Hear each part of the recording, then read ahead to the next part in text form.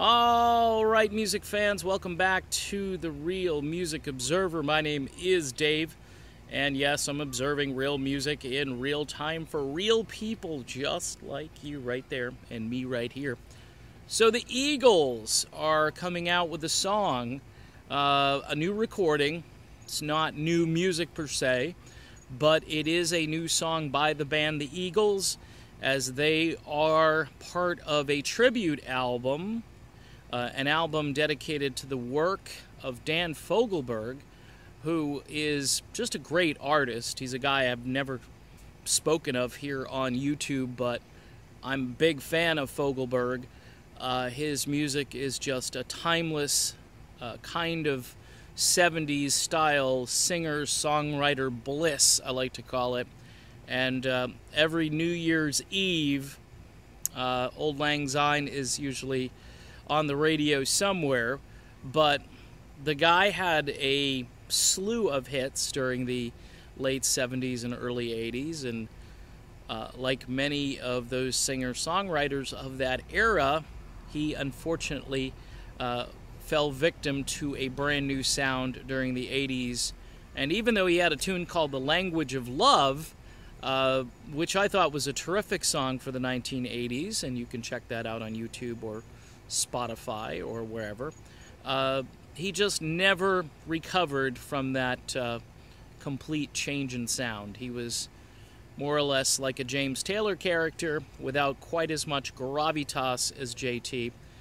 But the Eagles are covering one of his songs from the album Souvenirs, which, if you know anything about that particular album, what's ironic is the Eagles originally helped out on that album. Joe Walsh plays on that album, and so does Don Henley and various great studio musicians. So it's very interesting, and they probably chose Part of the Plan. I think Joe Walsh actually played guitar originally on the song.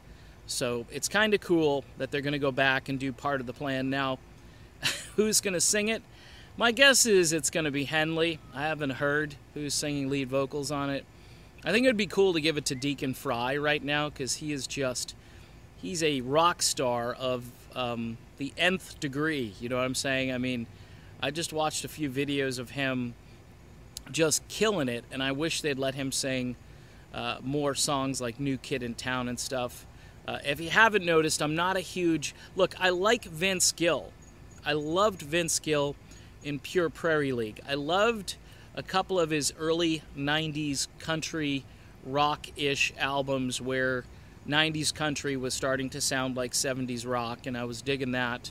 But adding him to the roster of the Eagles, to me, still makes no sense, other than name ID and attracting more country fans, which, again, Don Henley's a smart guy. He picks